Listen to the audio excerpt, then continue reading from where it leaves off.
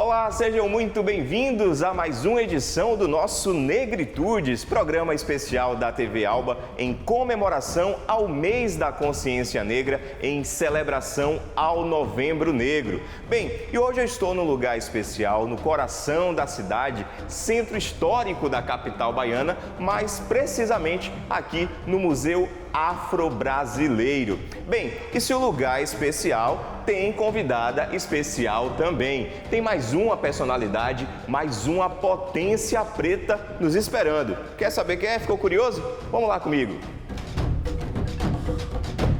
Pois bem, estou aqui ao lado da nossa convidada de hoje. Ela que é uma mulher preta, feminista, antirracista, pesquisadora, palestrante, doutora. Rapaz, o currículo é grande. Mabel Freitas, bem-vinda ao Negritudes. Modupé, Diego, é assim que agradecemos em Yorubá. Eu estou sempre à disposição para que a gente possa dialogar e trocar. Pois é, eu fiz essa pequena, longa apresentação aqui, mas conta pra gente, conta pra quem tá em casa, quem é Mabel Freitas? Bem, quando eu nasci, disseram que eu era parda. Eu fui criada na minha infância e adolescência como morena. E eu só me descobri preta na fase adulta. Então não foi fácil para mim nascer nesta Roma dita negra, em Salvador, na Bahia, e não saber que eu também carrego estigmas escravistas, como o colonizador fala no seu discurso, mas muito mais que isso. Eu sou herdeira da majestade africana. Pois é, Mabel, conta pra gente, você falou que você se descobriu uma mulher preta já na sua fase adulta. Como foi esse processo de autoconhecimento? Eu não sei precisar o momento, mas a partir de um instante que eu adentrei uma sala de uma pós-graduação em cultura africana e afro-brasileira, eu comecei a desconfiar da historiografia negra que foi contada nas escolas nas quais eu estudei e também nas universidades pelas quais eu passei. E a partir dessa desconfiança dessa historiografia negra, me deu vontade de investigar o que é a negritude. E a Aimé Césaire fala sobre a negritude, dizendo, olha, nós estamos aqui sempre resistindo. E é indispensável que a gente conheça essa história de resistência e, principalmente, reverenciar a todas as pessoas que vieram antes. A partir deste momento que eu comecei a desconfiar da historiografia negra, eu comecei a pesquisar questões sobre isso, não só nessa pós, no mestrado, doutorado, pós-doutorado.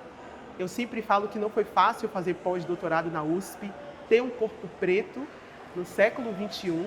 Eu fiz o pós-doutorado de dezembro de 2021 para dezembro de 2022 e eu era a única pesquisadora preta dentro da USP, a única soteropolitana, a única nordestina, o que é grave, porque ali estavam os maiores e as maiores pesquisadores e pesquisadoras da educação do Brasil. E como assim não havia corpos pretos pesquisando a negritude?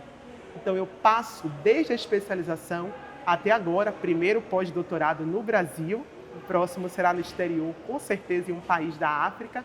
Eu desejo cada vez mais descortinar olhares de pessoas que ainda não têm o prisma necessário para a questão da pretidão. Pois é, Mabel, a gente sabe que nada na vida, parece ser meio clichê falar, mas é mais pura realidade, nada na vida é fácil. E para quem tem corpos pretos, esse processo é ainda mais difícil. Eu falei aqui, né? Você é palestrante, pesquisadora, se autodefine, né? Se reconheceu uma mulher preta já na fase adulta, doutora. Mas, como eu disse, o processo não foi fácil, né? E queria que você falasse para a gente, que você explicasse como foi chegar no lugar que você está hoje. Bem, eu fiz graduação, eu fiz 3 especializações, eu fiz mestrado, eu fiz doutorado, fiz o primeiro estágio de pós-doutoramento e estudar para mim foi o maior degrau para eu conseguir alcançar a minha emancipação. Não é fácil ser uma mulher preta, ainda que seja nesta cidade, que também é uma cidade preta. É difícil ainda olhar para os lados e não perceber os meus pares ao meu redor. É lamentável entender que eu preciso ainda dialogar com as pessoas que são ímpares, porque será maravilhoso fazer o Wakanda, mas até então não temos Wakanda. Não temos Wakanda na universidade, não temos Wakanda na magistratura, não temos Wakanda nos maiores cargos, por exemplo, da segurança pública, são sempre homens brancos. E eu preciso que nós alcancemos esses espaços de poder e de saber.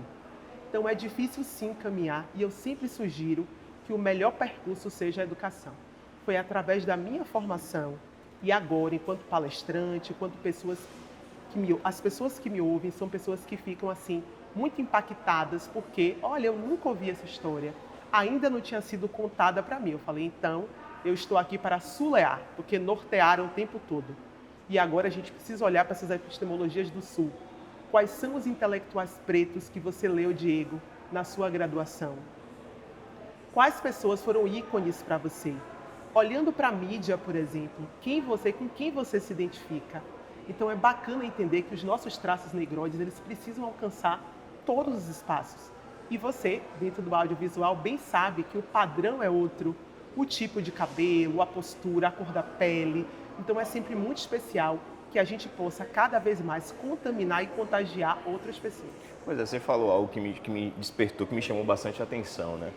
No âmbito acadêmico, né, por muitas vezes ali, você foi a única mulher preta a estar presente ali naquele espaço.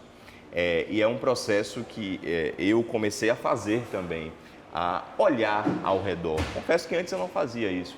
A todo local onde eu estou, eu sempre olho ao redor para ver quem está ao meu redor, quem são as pessoas que estão aqui ao meu redor.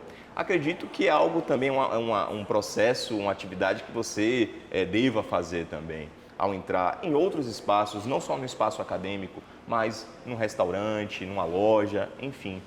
Como é que você, se você pudesse falar para a gente hoje, Mabel, como é que você se sente sendo, por muitas vezes, a única representante, a única mulher preta em determinado espaço?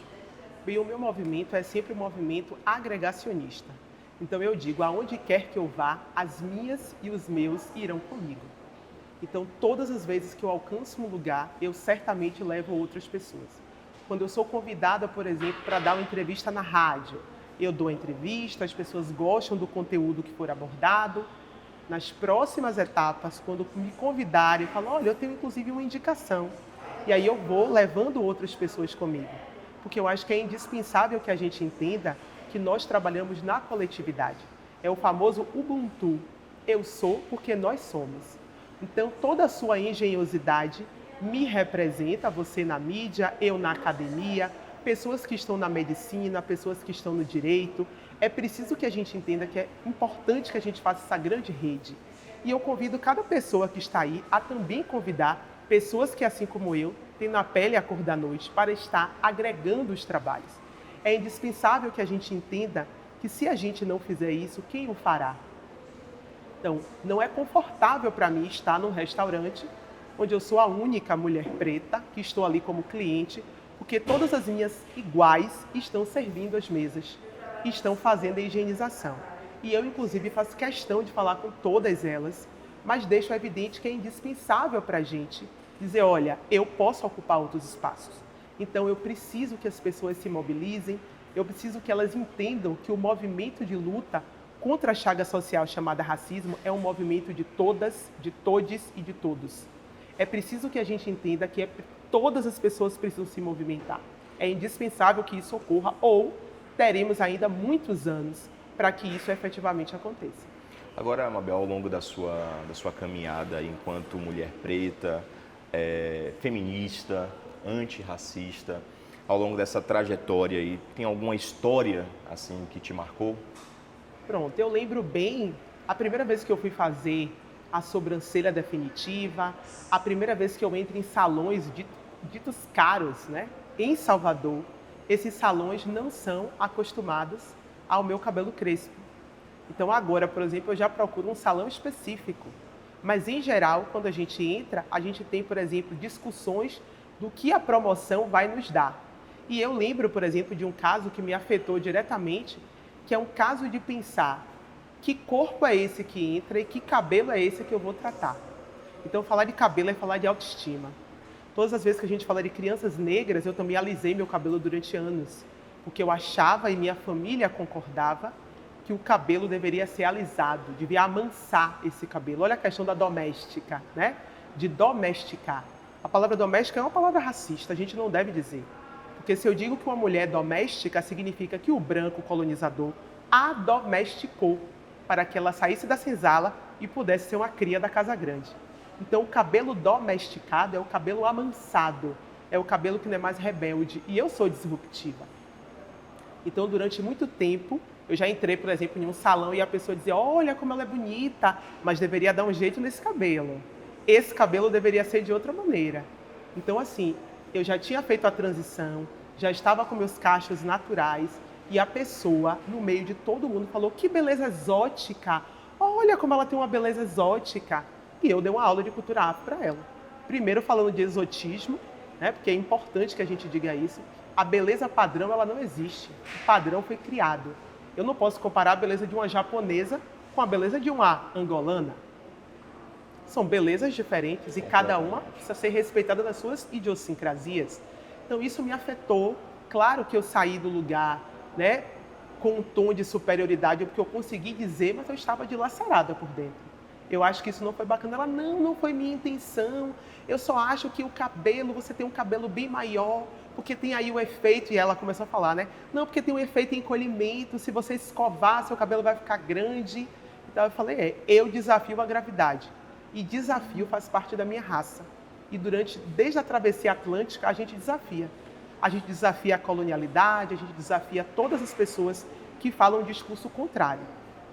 E em se tratando de desconstrução do racismo, eu gosto de lembrar de uma estudante. Eu fui durante 7 anos a única professora preta dentro de uma instituição privada aqui em Salvador, no curso de Direito. E quando ela me viu, ela começou a chorar, ela começou a tremer. E a dizer, meu Deus, professora, eu não sabia que tinha uma professora preta aqui. E ela usava cabelo alisado, e eu fui, durante todo o processo da graduação dela, desconstruindo esse corpo, que era um corpo que até então era um corpo enrijecido, era um corpo colonializado. E eu consegui descolonizar esse corpo. E aí o nosso diálogo era um diálogo diferente, inclusive no lançamento de um livro, ela dizendo, eu demorei tanto para escolher essa roupa porque eu queria estar com cara de autora. E eu falei, de calça jeans e camiseta, t-shirt, você é autora. Entenda que a sua engenhosidade é muito além do que você veste. Ela estava belíssima no lançamento da obra, tirou 10 no TCC, o artigo final. Eu fui avaliadora desse TCC, fazendo parte da banca, mas é importante dizer que esses corpos também chegam à universidade sem conhecer efetivamente o que é a negritude e a nossa majestosa herança ancestral. Você citou o exemplo aí dessa estudante, da sua ex-aluna, e acredito que é uma responsabilidade, até me corrija se eu estiver errado, que é uma responsabilidade para você, porque você sabe que você inspira outras mulheres pretas, inclusive em processos também delas se reconhecerem como mulheres pretas. Como é ter essa responsabilidade? Você falou há pouco instante, de inspiração. E você inspira também outras mulheres. Eu tenho grandes inspirações. Então eu me inspiro nessas que vieram antes. Em todo o legado de Lélia Gonzalez, em todo o legado de Angela Davis. E quando Angela Davis fala, não basta não ser racista, é preciso ser antirracista. É como se fosse uma pílula para que a gente pudesse dizer, olha, que fala que nos toca, que nos atravessa. Então, ser inspiração é porque eu fui inspirada. Então, eu sempre, não bato palmas não, Diego, eu bato paó para essas mulheres. Para a Sueli Carneiro, para Janja Araújo, minha orientadora, e tantas pretas que eu tive o privilégio de conhecer ou de ler, como a Conceição Evaristo, então, a Patrícia Hill Collins, não só em nível nacional como internacional. E essas inspirações teóricas, essas inspirações práticas,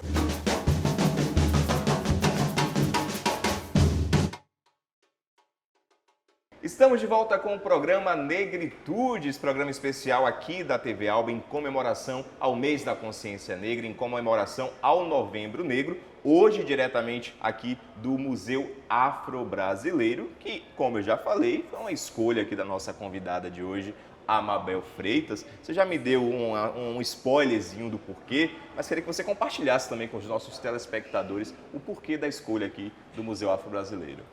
estar no museu é falar sobre memórias.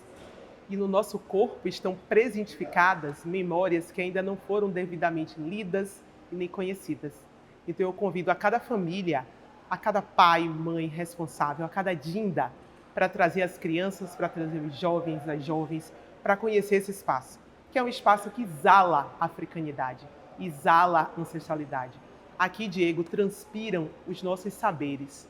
E as nossas sabenças, elas são sempre subtraídas.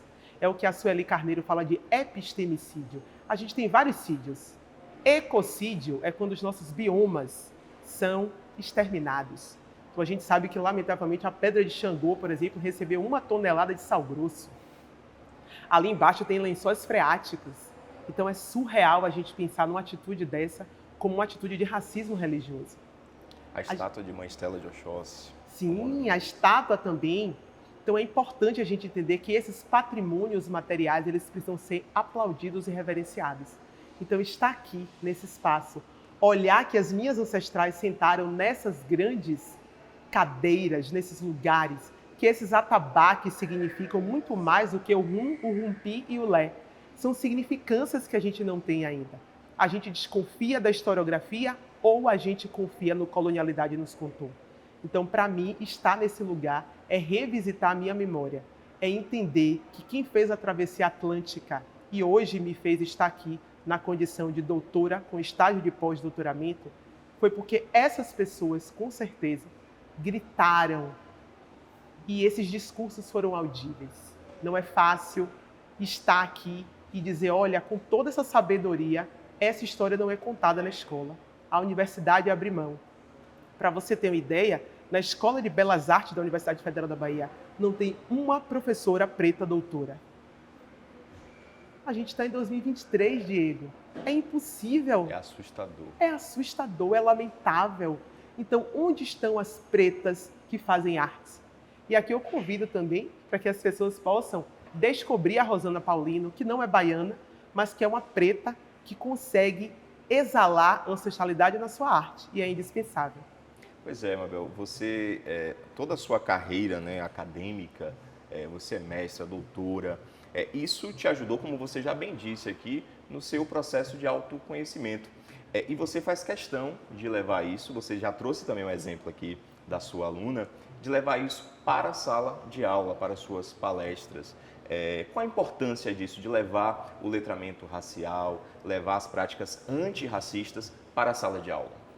Bem, eu criei uma frase que eu acho que me representa muito, que é a seguinte: educação é um direito social e educação antirracista é um dever formativo ancestral.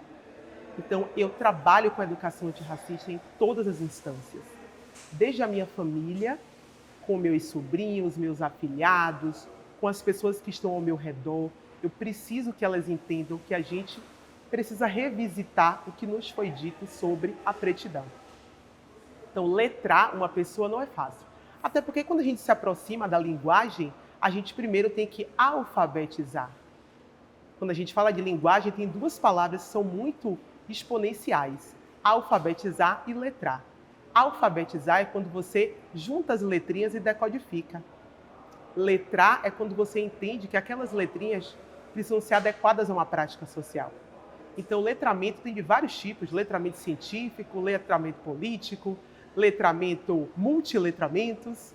Mas falar de letramento racial é entender que nas práticas sociais o racismo institucional não pode acontecer.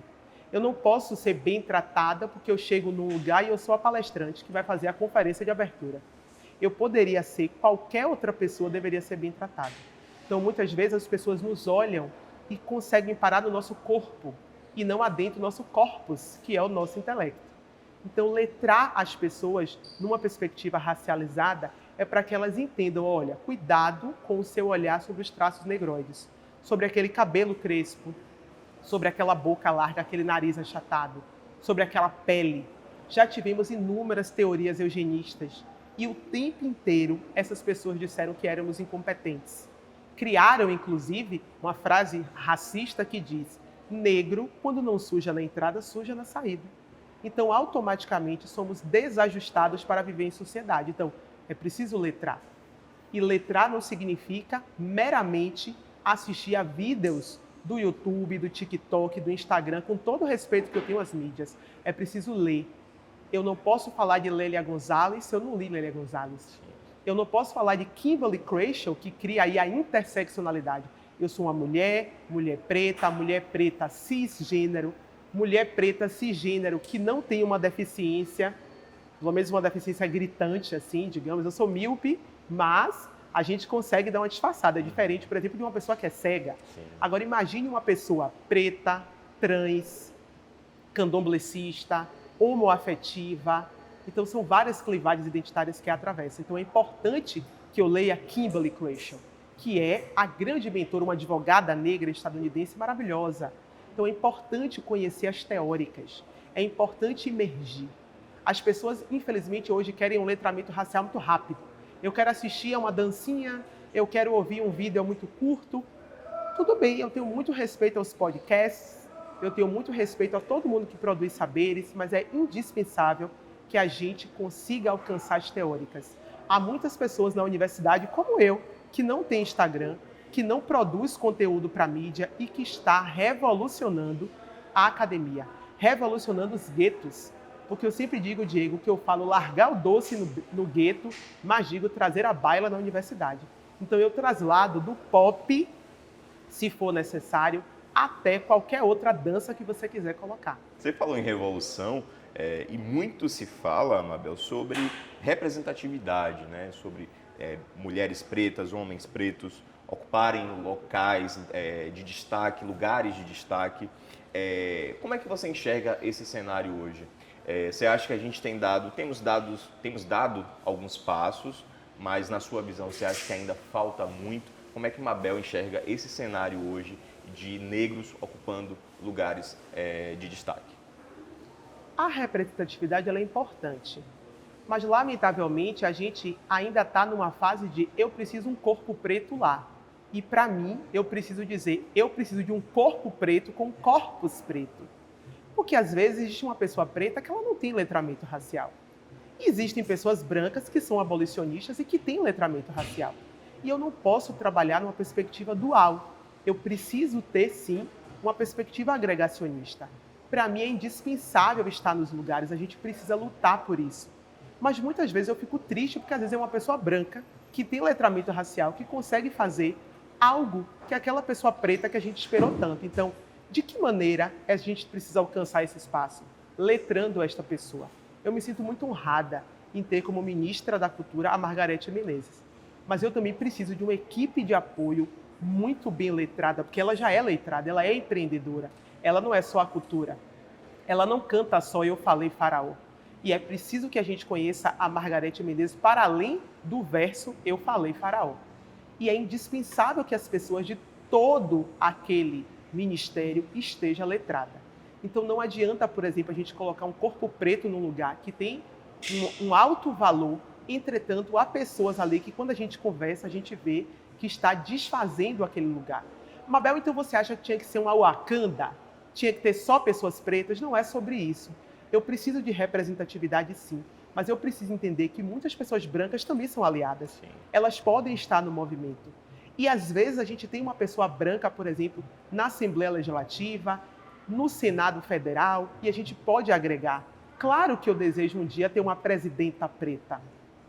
Eu já disse que se me derem ousadia, Diego, e eu entrar em uma universidade pública, eu serei reitora. Mas eu não quero ser a primeira reitora preta da UFBA. Tem muita preta lá, com letramento racial, e eu preciso que ela faça antes. Mas certamente, se eu entrar em uma universidade, eu serei reitora. E eu preciso revolucionar as ementas. Então, de que lugar é esse que a gente está lutando e querendo chegar? Quantas vezes agora a mídia só fala na Ludmilla que não conseguiu cantar o hino nacional. E aí depois teve uma outra apresentação e a Ludmilla conseguiu cantar. Mas a Ludmilla que não conseguiu cantar, ela ecoa muito mais do que no momento que ela conseguiu cantar. Eu não vou aqui julgar se ela sabia a letra, se ela não sabia, se ela decorou, se teve problema. Infelizmente, a gente passa por esse ponto. Quando a pessoa preta alcança um espaço, ela é avaliada de uma outra maneira. Não sei se fosse uma pessoa branca, se seria, ela estava nervosa. Teria toda essa repercussão também, né? Percebe? E que depois, quando ela cantou, não teve a mesma repercussão. Sim. Então, para mim, eu me sinto sim representada em ter pessoas pretas que estão alcançando esses espaços, mas também me incomoda muito, Diego, essa crista da onda. Entendi. Mabel, diga pra gente aí quais são hoje os sonhos da Mabel. Você já citou já alguns nomes aí, mas você mais enfático. E quais são as potências pretas que te inspiram? Bem, eu quero sempre falar das que vieram antes. Então eu preciso falar de Acotirene de Palmares, eu preciso falar de Aquatune, eu preciso falar de Dandara de Palmares, eu preciso falar de Teresa de Benguela, que são séculos muito anteriores ao meu, mas também das contemporâneas que estão na universidade revolucionando. Então eu não posso abrir mão de falar de várias mulheres, como a professora Eunice Prudente da USP, aqui na UF, a professora Amélia Conrado. Olha que Eunice Prudente é de Direito, a Amélia Conrado é de Dança. São professoras pretas doutoras e muitas vezes únicas no seu departamento. Mas também há pretas revolucionando fora do ambiente acadêmico, na literatura. Então eu sempre saúdo a Conceição Evaristo por ser aquela mulher que escreveu desde Cadernos Negros e que para mim ela é uma imortal, mas lamentavelmente a Academia Brasileira de Letras ainda não reconheceu. Mas há mulheres negras revolucionando em outras searas. E eu preciso sim que a gente entenda da importância. E falar de Pelourinho é falar de Alaíde do Feijão, falar de Pelourinho é falar da Catuca, que está ali oferecendo livros, oferecendo tecidos, roupas que relembram essa nossa história. E falando em moda, eu não posso deixar de reverenciar a Mônica Anjos, a grande estilista. É importante também lembrar, por exemplo, as mulheres pretas que estão em outros lugares. Então, quantas mulheres pretas estão fazendo revolução? E elas estão fazendo revolução em inúmeros lugares. Às vezes uma mulher preta está fazendo uma revolução na sua comunidade. Então, na comunidade de Alagados, a gente tem Jamira. E Jamira é uma mulher para quem eu bato paó. Poucas pessoas foram lá e conhecem o Centro Cultural de Alagados. Conhecem o Centro Cultural de lá da plataforma. E quantas crianças pretas passam por ali, quantos jovens não entram na criminalidade porque a arte fez o convite e o convite foi mais atraente. E um lugar de Salvador, que o primeiro, se falasse, Mabel, um lugar de Salvador, qual é o primeiro lugar que vem na sua mente? Além aqui do museu, é claro. Bem, quando eu falo de Salvador, eu preciso falar da Cidade Baixa, né? Que foi onde eu nasci, onde eu me lugar que vem na sua criei. mente. Então, para mim, é falar sobre aquilo. Mas não só falar do Bonfim e não só falar da Ribeira, porque o Bonfim tem a igreja e a Ribeira tem o sorvete. E a Boa Viagem também é conhecida. Eu fui batizada na igreja da Boa Viagem, né? Eu não sou católica, mas fui batizada na igreja católica. Mas falar da Cidade Baixa para mim é falar da Massaranduba, é falar da Baixa do Petróleo, é falar daqueles bairros que estão ali, da Mangueira, do Jardim Cruzeiro, da Vila Rui Barbosa, é falar daqueles bairros que estão lá dentro, que tem tantas pessoas intelectuais como eu brotando, que não estão na mídia, que não estão dançando TikTok, mas que estão revolucionando dentro dos seus respectivos lugares de fala. Mabel, a gente está chegando ao final do nosso programa. Queria te agradecer pela sua disponibilidade, por esse bate-papo aqui inspirador. Acho que essa é a palavra, não tem outra para definir. Mas antes disso, estamos no mês de novembro, né, que é o mês da consciência negra, o Novembro Negro. A gente sabe que não é apenas no mês de novembro que a gente tem que trazer essas pautas, a gente deve falar disso o ano inteiro, de janeiro a janeiro. Mas enfim, antes da gente encerrar, queria que você deixasse uma mensagem nesse mês aí tão importante aí para nós. Primeiro eu quero agradecer mais uma vez, dizendo do meu do pé. Eu agradeço a audiência, eu agradeço a toda a equipe que aqui está contribuindo para que isso tudo dê certo e é indispensável. Quando a gente vê a câmera aqui, a gente sabe que tem toda uma equipe por trás. E que há também muitas pessoas pretas fazendo isso. E a gente talvez não compreenda a engenhosidade de cada uma delas. Quando eu falo de 20 de novembro, eu falo da morte de Zumbi dos Palmares, um grande líder palmarino.